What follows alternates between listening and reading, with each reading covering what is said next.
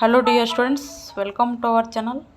ಇವತ್ತು model QP1 maths ಮಾಡಲ್ QP1 ಆಗ್ತಿರೋದು. ಇಲ್ಲಿ ನೋಡಿ, ಫಸ್ಟ್ ಕ್ವಶನ್ ಎದ್ರ ಮೇಲಿದೆ? HCF ಮೇಲಿದೆ. ನೆಕ್ಸ್ಟ್ ಏನಪ್ಪ ಅಂತಂದರೆ ಸಮ್ AP ಚಾಪ್ಟರ್ ಮೇಲಿದೆ.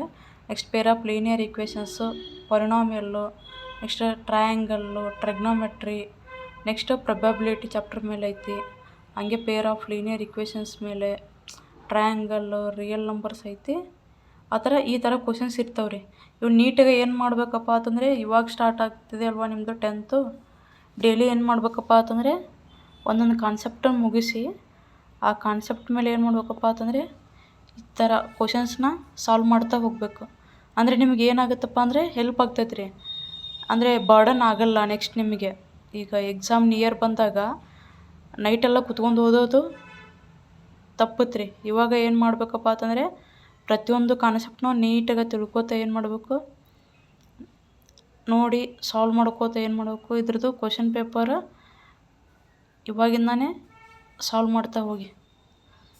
ಇದು ನಿಮಗೆ ಇವಾಗ ಸಾಲ್ವ್ ಮಾಡಿದರೆ ಇದ್ರ ವ್ಯಾಲ್ಯೂ ನಿಜವಾಗ್ಲೂ ಏನಂತ ಯಾಕಿರಂತ ನಿಮ್ಗೆ ಎಕ್ಸಾಮ್ ನಿಯರ್ ಬಂದಾಗ ಗೊತ್ತಾಗುತ್ತೆ.